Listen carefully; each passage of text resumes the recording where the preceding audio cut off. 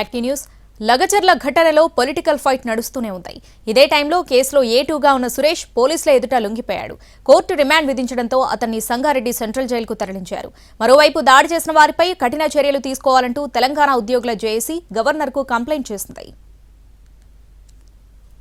వికారాబాద్ జిల్లా లగచర్లలో అధికారులపై దాడి కేసులో కీలక నిందితుడు సురేష్ పోలీసుల ముందు లొంగిపోయాడు. దాడి కేసులో A2గా ఉన్న సురేష్ నిన్న ఉదయం పోలీస్ స్టేషన్లో లొంగిపోయాడు.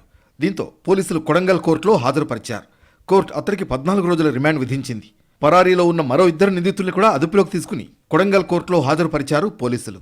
కోర్టు రిమాండ్ విధించడంతో సురేష్ను సంగారెడ్డి సెంట్రల్ జైలుకు రాత్రి సమయంలో తరలించారు పోలీసులు.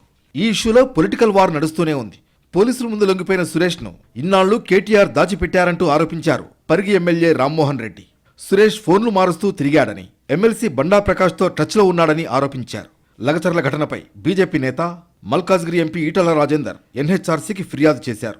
రైతులను పోలీస్ కస్టడీలో 3rd డిగ్రీ ప్రయోగించి చిత్రహింసలకు గురి చేస్తున్నారని లేఖలో పేర్కొన్నారు.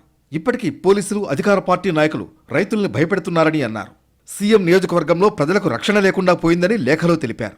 వెంటనే NHRC బృందాలను లగచర్లకు పంపించి రైతులకు న్యాయం జరిగేలా చూడాలని విజ్ఞప్తి చేశారు. మరోవైపు వికారాబాద్ జిల్లా లగచర్లలో అధికారుల మీద దాడి ఘటనపై తెలంగాణ ఉద్యోగుల జాయింట్ యాక్షన్ కమిటీ గవర్నర్కు ఫిర్యాదు చేసింది.